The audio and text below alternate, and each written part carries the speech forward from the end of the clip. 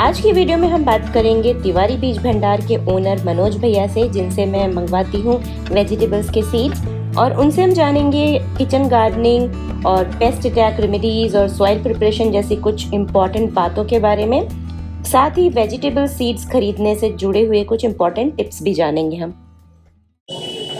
अपने यहाँ जो है सीड बीज है सब्जियों के, अनाज के, और दवाइयाँ हैं, बायो फर्टिलाइज़र भी है, बायो केमिकल्स का भी है, और स्प्रे मशीन भी है, और हम खाद का भी काम करते हैं। ये सारी चीज़ें हमारे यहाँ उपलब्ध रहती हैं। Hello everyone, welcome back. मैं हूँ स्वाति। आज आप सोच रहे होंगे कि मैं कहाँ पहुँच गई, तो आज मैं आई हूँ बीज भंडार पे। ये है मनोज भैया, जिनका मैंने पहले भी नंबर शेयर किया था। इन्हीं के शॉप से हम लेके आते हैं सीड्स। यही हमें सीड्स सेंड करते हैं वेजिटेबल्स के, जिनसे बहुत अच्छी अच्छी सब्जियां उगाते हैं। अगर आपको नहीं पता है इनका कॉन्टैक्ट नंबर और डिटेल्स, तो इस वीडियो के डिस्क्रिप्शन बॉक्स में मैं फिर से डाल दूंगी डिटेल्स, आप चेक कर सकते हैं। हर तरह की सब्जियों के और वेजिटेबल्स के और जो भी गेहूँ और इस तरह के अनाज वगैरह होते हैं, उन सब के सीड्स ये बेचते हैं, और बहुत ही अच्छी क्वालिटी के। तो मैं आपको मिलवाती हूँ मनोज भैया से। इनसे थोड़े हम बेसिक क्वेश्चंस पूछेंगे कि अभी चूँकि आधा दिसंबर बीत चुका है, मिड जनवरी तक हम कौन सी सब्जियाँ उगा सकते हैं अपने किचन गार्डन में, कौन से फ्रूट्स या वेजिटेबल्स जो गमले में या छोटी बहुत क्यारी में आराम से उग सकें। देखिए, अभी भिंडी और लौकी, तरोई, करेला, कोहड़ा, ये सब हम जो है, और बीन्स में ये सब हम अभी बो सकते हैं, और उसके बाद जो है ये 45 से 50 दिन में फल देना शुरू कर देता है। अच्छा, तो जो हमारी समर वेजिटेबल्स वाली हैं, क्रीपर्स, उनकी हम तैयारी अभी से कर सकते हैं। वो इधर भी बो भी सकते हैं, हम बो भी सकते हैं। ओके, थोड़ा सा प्रिकॉशन लेना पड़ेगा उसके लिए, थोड़ा सा ध्यान देना पड़ेगा कि कैसे कीड़े ना लगे या मतलब फंगस ना आए, क्योंकि अभी क्या है, ठंड का भी मौसम है, थोड़ा सा फंगस भी लग सकते हैं, बाकी और उसमें कोई समस्या नहीं होती।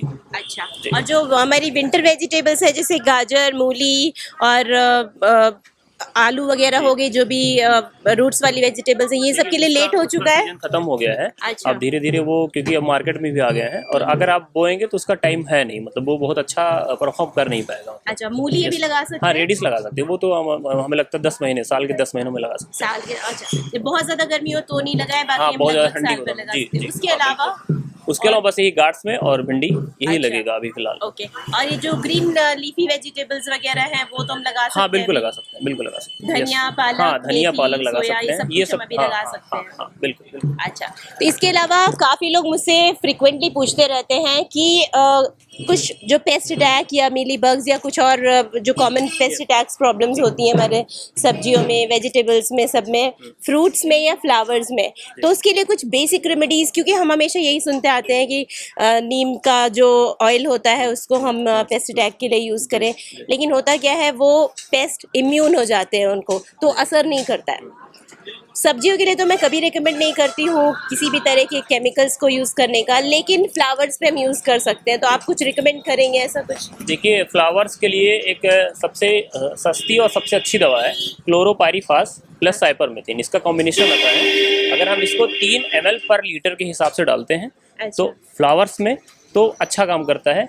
अगर वेजिटेबल की बात करें तो उसमें समस्या ये होती है, जैसे आपने अभी बताया नीम ऑयल, तो नीम ऑयल में क्या होता है कि बहुत अच्छा परफॉर्म नहीं आता है अगर बहुत ज़्यादा कीड़े लगते हैं। हाँ। उसमें भी हम इसको 2 ml पर लीटर के हिसाब से मिला के स्प्रे कर सकते हैं। अच्छा, जी, ओके। तो ये जो भी केमिकल्स का नाम बता रहे हैं, उसका नाम और प्रोपोर्शन मैं डिस्क्रिप्शन बॉक्स में डाल दूंगी कि जितना अमाउंट डालना है एग्जैक्ट उतना ही यूज़ करना है, कम ज़्यादा नहीं करना है उसका।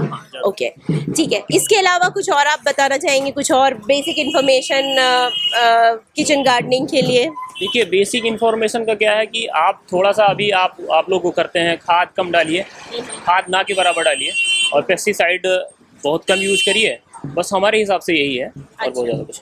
ओके, तो अभी विंटर्स में ज़्यादा खाद वाद डालनी चाहिए कि नहीं डालनी चाहिए? बिल्कुल नहीं डालें। देखिए, क्योंकि हम किचन गार्डन करते हैं, सब वेजिटेबल करते हैं और अपने अपने यूज़ में करते हैं, तो जितनी खाद हम कम डालेंगे उतना ही बेहतर रहेगा उसके लिए। हाँ, जैसे मैं भी हमेशा बोलती हूँ कि ज़्यादातर लोगों को क्या लगता है, ढेर सारी खाद डालो वेजिटेबल्स में तो हमारी वेजिटेबल्स बहुत अच्छे से तैयार होंगी, हर 10 दिन में खाद डालो, लेकिन वो होता नहीं है।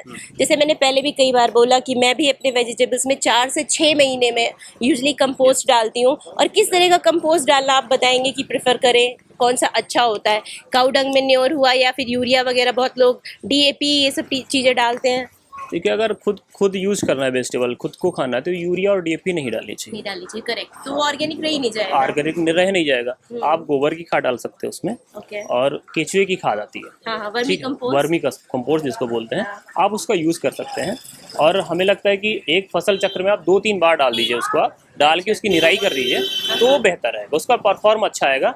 और दूसरा क्या है कि बायो में पीजीआर आता है, प्लांट ग्रोथ रेगुलेटर। अच्छा। अगर आप उसका यूज़ करते हैं एक तोड़ाई के बाद, जैसे आपने भिंडी लगाई, एक बार तोड़ लिया, फिर उसको स्प्रे कर दिया आप, हालांकि उसका साइड इफेक्ट भी नहीं है, तो उससे क्या होगा, उसका परफॉर्मेंस बड़ा अच्छा आएगा, मतलब उसकी पैदावार ज़्यादा आएगी, जल्दी जल्दी आएगी, ये कहने का मतलब। अच्छा, तो मनोज भैया का कहने का ये मतलब है कि अगर कोई वेजिटेबल हम ग्रो कर रहे हैं तो उसको तैयार होने में, बीज डालने से तैयार होने में 2.5 से 3 महीने का टाइम तो लगता है ऑन एवरेज, राइट?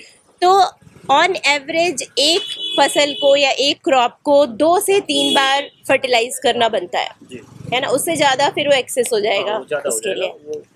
उसका फायदा नहीं मिलेगा उसका, ओके। उतना अच्छा रिजल्ट नहीं आएगा जिससे हम चाह रहे हैं। मतलब बहुत ज़्यादा कंपोस्ट डाल देंगे तो भी नुकसान है पौधे को, जबकि नॉर्मली लोग यही सोचते हैं कि ज़्यादा खाद डालेंगे तो बहुत जल्दी तैयार होगी सब्जी और बहुत सारी।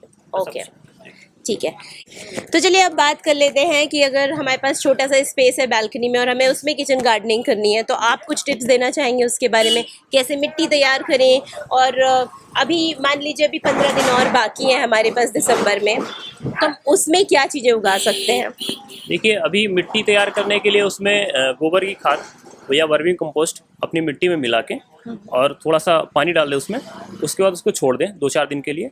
नमी जब पर्याप्त हो जाए कि सीड हम उसमें बोएं और जमाए, क्योंकि ज़्यादा नमी होगी तो जमाए। उसके बाद अभी हम गाजर बो सकते हैं उसमें, और मूली, चुकंदर और आपका ये सलजम, ये अभी बो अच्छा, सकते हैं सारी ये रूट्स वाली जितनी हाँ, वेजिटेबल्स हैं रूट्स वो हैं। सारी हम डाल और सकते हम थोड़ा सा वो गमले का साइज बड़ा हो तो हम उसमें कर सकते हैं, उसमें कोई इशू नहीं। हैं। जो रूट्स वाली वेजिटेबल्स है उसके लिए हमारा गमला गहरा भी होना जरूरी बिल्कुल है। गहरा होना चाहिए, गहरा नहीं होगा तो फिर नीचे समस्या होगी उसको, और बहुत इसके नीचे साथ जाने ही ये धनिया, पालक, ये सारी चीजें में। अभी हम भी धनिया लगा पालक सकते हैं। पूरे दिसंबर तक, मतलब पूरे पूरे दिसंबर दिसंबर तक धनिया, पालक, मेथी, हाँ, साग के में जो भी है वो हम बो सकते हैं, वो उसमें कोई आराम से समस्या लगा नहीं। सकते जी बिल्कुल। अच्छा, ठीक है। तो जैसे कि इन्होंने बोला कि आपको जब अपनी सॉइल प्रिपेयर करनी है तो बेसिकली आपको अपने मिट्टी में कंपोस्ट डालना है। आप चाहे काउडंग मैन्योर डालें, चाहे वर्मी कंपोस्ट डालें, कितना परसेंट कुछ रेशियो आप अंदाजन बताएंगे? ये 60-40 का रेशियो अगर है तब भी उसमें कोई समस्या नहीं है, तो बहुत बढ़िया होगा वो। 60% हमारी मिट्टी हो जाएगी, बाकी 40% अच्छा, जी। ओके। और किस तरह की मिट्टी अच्छी होती है रूट वेजिटेबल्स के लिए? देखिए, अगर हल्की मिट्टी होगी रूट्स वेजिटेबल के लिए सबसे बेहतर होती है हल्की मिट्टी होना। भुरभुरी मिट्टी, भुरभुरी बलुई मिट्टी, यस, बलुई अच्छा, हो वो सबसे बेहतर रहेगा। ओके। और अगर कुछ लोगों के यहाँ होता है कि भाई मिट्टी बहुत सख्त होती है तो उसमें वो रेत भी मिक्स कर सकते हैं? उसमें क्या करें कि वर्मी कंपोस्ट मिला लें, हम्म, फिर उसका क्या करें कि वो 40% मिट्टी, बाकी 60 में रेत और वर्मी कंपोस्ट मिला के यूज करें। अच्छा, मिट्टी और रेत और वर्मी कंपोस्ट सब कुछ मिला यस, सकते हैं। यस। ओके, रेत मतलब किसी भी तरह की वेजिटेबल्स के लिए मिक्स कर कोई सकते समस्या हैं? नहीं, उसको बिल्कुल मिला सकते हैं ओके, अगर हार्ड है मिट्टी तो। ठीक है। और बीज डालने के बाद कुछ स्पेशल केयर के बारे में आप कुछ बताना चाहेंगे? देखिए, अभी क्या है कि बीज डालने के बाद अगर केयर की बात करें तो थोड़ा सा ठंडी बढ़ रही है तो अभी कीड़े ज़्यादा लगेंगे, अच्छा, फंगस ज़्यादा आएंगे। ओके, उसके लिए कीड़े के लिए हमने आपको दवा बता दी है। हाँ, हाँ। फंगस के लिए ही भी एक कार्बनडाजिम मैंकोजेब का कॉम्बिनेशन आता है, हम वो 2 से 3 ग्राम पर लीटर पानी में डाल के यूज़ करना है। अच्छा, उसको स्प्रे करते हैं? स्प्रे करना है पौधे और पे? दोपहर में करना है, मतलब सुबह, क्योंकि फॉग खत्म हो जाए उसके बाद से हल्की सी धूप हो या ना भी हो तभी कोई समस्या नहीं है। उसको हम अगर हफ्ते में डाल देते हैं तो ग्रोथ भी अच्छा करता है, फंगस भी नहीं लगेंगे और कीड़े भी नहीं आएंगे। अच्छा, यस। ओके। तो इसके अलावा जैसे इन्होंने एक बहुत अच्छी चीज़ बताई, यूजली हम क्या करते हैं कि जब हम अपना पॉटिंग मिक्स तैयार करते हैं, कंपोस्ट, सॉइल सब कुछ मिक्स करके हमने अच्छा सा पॉटिंग मिक्स तैयार किया, पॉट में डाला और उसी वक्त यूजली हम सीड्स डाल देते हैं और पानी डालते हैं। तो इनका कहना ये है कि आप अपना पॉटिंग मिक्स तैयार करिए, 2-3 दिन के लिए उसे पानी डाल के अच्छे से छोड़ दीजिए, सेटल हो जाए मिट्टी। ऐसा नहीं हो कि जब आपने सीड डाला, पानी डाला और सीड बहुत नीचे चला गया, तो उसको थोड़ा सा समय दीजिए 2-3 दिन का उसको अच्छी तरीके से सेटल होने के लिए। उसके बाद आप सीड जब डालें तो वो अच्छे से जर्मिनेट होगा और फिर अगर उसमें फंगस या इस तरह का कोई अटैक होता है तो दवा भी बता दी आपने कि किस तरीके से उसमें स्प्रे करना है। ओके, तो जैसे मैंने पहले भी बहुत बार अपने कई वीडियोस में बोला है कि मेरे सीड्स इसी शॉप से आते हैं, मनोज भैया मुझे कुरियर करते हैं सीड्स, और मैं उन्हीं सीड्स से इतने अच्छे अच्छे वेजिटेबल्स ग्रो करती हूँ। आपने देखा भी होगा लौकी इतनी बड़ी बड़ी इतनी अच्छी लौकी तैयार होके हार्वेस्ट करते हैं, और जितनी भी गोड्स वगैरह है या फिर भिंडी हुई और टमाटर हुए, रेडिश, कैरेट, सारे भी सीड्स हम यहीं से मंगाते हैं। तो अगर आपको भी चाहिए ये सीड्स अच्छी क्वालिटी वाले, जर्मिनेशन रेट की अगर मैं बात करूँ तो ऑलमोस्ट 100% जर्मिनेशन रेट है इनके जो सीड्स भेजते हैं उसका। तो अगर आपसे किसी को सीड्स मंगवाने हैं तो क्या मोड होगा, आप कैसे उसको भेज सकते हैं? देखिए, वो हमें व्हाट्सएप पे जो है अपना रिक्वायर डालें, अपना एड्रेस सेंड करें और पेमेंट कर दें, जैसी भी रिक्वायरमेंट है उस हिसाब से हम उनको कुरियर कर देते हैं। अच्छा, और तो वो कितना दिन लगेगा? 3 से 4 दिन में, 3 से 4 दिन में? मेजर 3 से 4 दिन में पहुंच जाता है। तो बहुत ही अच्छी, मतलब बहुत ही स्पीडी सर्विस कहूँगी मैं कि व्हाट्सएप नंबर मैं डाल दूँगी इनका डिटेल्स के साथ में डिस्क्रिप्शन बॉक्स में, कमेंट में भी। अगर आपको सीड्स चाहिए, कितना चाहिए, आप उस रिक्वायरमेंट के हिसाब से आप इन्हें व्हाट्सएप कर सकते हैं, या आपको सीड्स एड्रेस वगैरह आप डाल देंगे अपना व्हाट्सएप पे, तो आपको ये 3 से 4 दिन के अंदर ही सीड्स कुरियर कर देंगे। पेमेंट आपको पहले करनी पड़ेगी, उसके बाद ही ये कुरियर करेंगे। तो जैसे कुछ लोग मुझसे पूछते हैं कमेंट करके कि सीड्स मंगवा तो लिए लेकिन हम समझ नहीं पाते हैं कितने सीड्स मंगवाएं। अब किसी को गमले में उगाना है तो उसे कितने सीड्स चाहिए, किसी के पास बड़ी क्यारी है, बड़ा गार्डन है, कितने सीड्स मंगवाने हैं, आप उसका कुछ रफ आइडिया दे दीजिए। देखिए, वो डिपेंड करता है कि मतलब कितनी एरिया में लगा रहे हैं, गमले में लगा रहे हैं या खाली खेत में लगा रहे हैं, जैसे भी है वो अपनी एरिया बताएंगे या पॉट के हिसाब से बताएंगे कितना बड़ा है कैसे, उस हिसाब से हम उनको भेज देते हैं, उसमें कोई समस्या नहीं होती। अच्छा, तो मतलब मैं एक ये भी बोलना चाहूँगी, ऐड ऑन करना चाहूँगी कि अगर आपको अपने बैल्कनी में या गार्डन में लगाना है, खेत में नहीं लगवाना है, तो आप आधा किलो 1 किलो ऑर्डर मत करें। मतलब उस सीज़न में जितना आप कंज्यूम कर सकें उतने ही सीड्स मंगवाएं। ये नहीं कि आपने आधा किलो मंगवा लिया 4 साल तक, तो उनकी वायबिलिटी खत्म हो जाती है 9 सीड्स महीने की। बाद जो है सीड का 9 महीने के बाद जर्मिनेशन खत्म हो जाता है, फिर उसका जर्मिनेशन उतना अच्छा नहीं आता है, 50% 40% के आसपास जर्मिनेशन आता है। तो उसमें ये कंप्लेंट आने लगती है। तो जितनी आवश्यकता हो, जितने रिक्वायरमेंट हो हमें बताएं, हम उस हिसाब से जो है अच्छा, मैनेज करके भेज देंगे उसको। तो जैसे मनोज भाई ने बहुत अच्छी बात बोली है कि सीड्स की भी एक शेल्फ लाइफ होती है, मतलब 9 महीने तक उसकी वायबिलिटी बहुत अच्छी होगी, जर्मिनेशन रेट लगभग 100% रहेगा। अगर वो साल भर से ऊपर हो गया सीड रखे हुए तो होगा क्या, धीरे धीरे 40-50% सीड्स ही जर्मिनेट करेंगे, बाकी सारे वेस्ट होंगे। फिर आपको लगेगा सीड्स तो हमने अच्छे मंगाए थे लेकिन वो जर्मिनेट नहीं कर रहे हैं। तो शेल्फ लाइफ इतनी होती है, उसी अकॉर्डिंग आप सीड्स मंगवाएं, बल्क में स्टोर करने का ना सोचें। तो बहुत अच्छी इन्फॉर्मेशन दी है भैया ने, और आप भी इन्हीं से सीड्स मंगवाइए। मैं इन्फॉर्मेशन सारी इनकी डिटेल्स, कॉन्टैक्ट नंबर और सारी डिटेल्स मैं व्हाट्सएप की सारी डिटेल्स शेयर कर दूंगी डिस्क्रिप्शन बॉक्स में और कमेंट बॉक्स में भी। तो थैंक यू सो मच भैया, आपने इतनी अच्छी इन्फॉर्मेशन दी। बाकी दवा और बाकी जो इन्फॉर्मेशन थी वो भी मैं डाल दूंगी नाम के साथ में और कितना प्रपोर्शन है उसके साथ। Thank you so much. मेरी दुकान जो है यहाँ गोंडा में है, यूपी में, और हम लोग जो है डिस्ट्रीब्यूटर का भी काम करते हैं, मतलब चैनल्स को भी अपना माल देते हैं।